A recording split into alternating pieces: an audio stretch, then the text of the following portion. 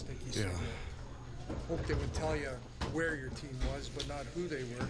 Yep. Maybe it does tell you both. Green shoots, little bit of green.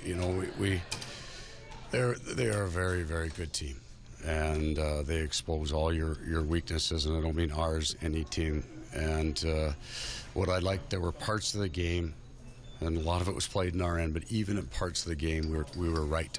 Whether and the willingness was there, all the stuff that you want, the character stuff, 36 block shots, big penalty kill at the end, holding a lead when it goes from 3-1 to 3-2, and yes, our goaltender was a big part of that, and we're going to pay him.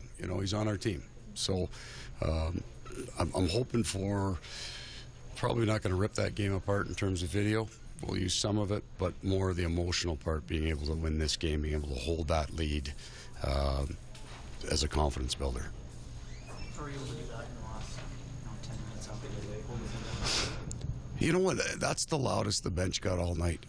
I found it really quiet early. We weren't clearly good at the start of the game, and we talked about quickness, and that quickness never got to the level consistently that I'd like, but it was there at pieces. We got faster. We had probably our best offensive opportunities in the third, so that's a positive, but they're coming a little bit.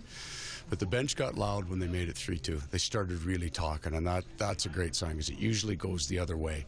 Lots of chatter, lots of excitement, and again, that penalty kill, the back-to-back in the second period, I thought we were much better after that, and obviously at the goal, but the penalty kill in the third was huge. When you play a team like Anaheim that scores a lot of goals, is there a key to working down low and blocking the shots? Well, it's a must, because of their puck possession, their strength on the puck, and then they move so well. And they also have the advantage that we don't have, is they get to play like a confident team. They get to play with a team with a lot of points and a lot of confidence, so that's the way they move the puck. And we've got a ways to go on that. There were plays that I think we could make when you're I don't know, loose is the right word, but you've had enough positive experiences in your game in that memory bank that you move differently and you move the puck differently. They've got it. We're trying to get it, and hopefully tonight is a step forward for that. Do you sense a growth in confidence in the group? Yeah, there should be,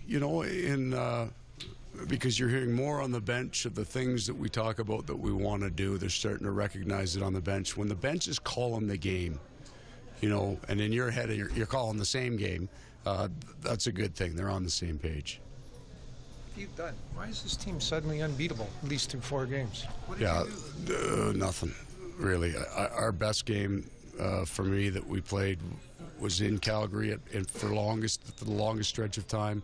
Parts of Edmonton in terms of resiliency, the third period especially. The one thing I like is, I do think, with the exception of the first 5 of Calgary, we've played our best hockey in the third period, so that's a real good sign. Some confidence is starting to come. But I believe before I got here, this is a good hockey team. And I'll tell you something. What I do is, at the end of every year, I take what I thought was our hockey team's worst game and our best game, and watch them, usually in the summer. And it's night and day with the same players. That emotion, that feeling good, is critical. With 82 games of a full contact physical sport, a big chunk of that is confidence and positive emotion. And when it's not there, you just can't do things. And when you start to build it, you look like a different team with the exact same energy level. You're trying just as hard as you were 2 weeks ago, but now you're feeling good, and that changes everything. Okay, thank you.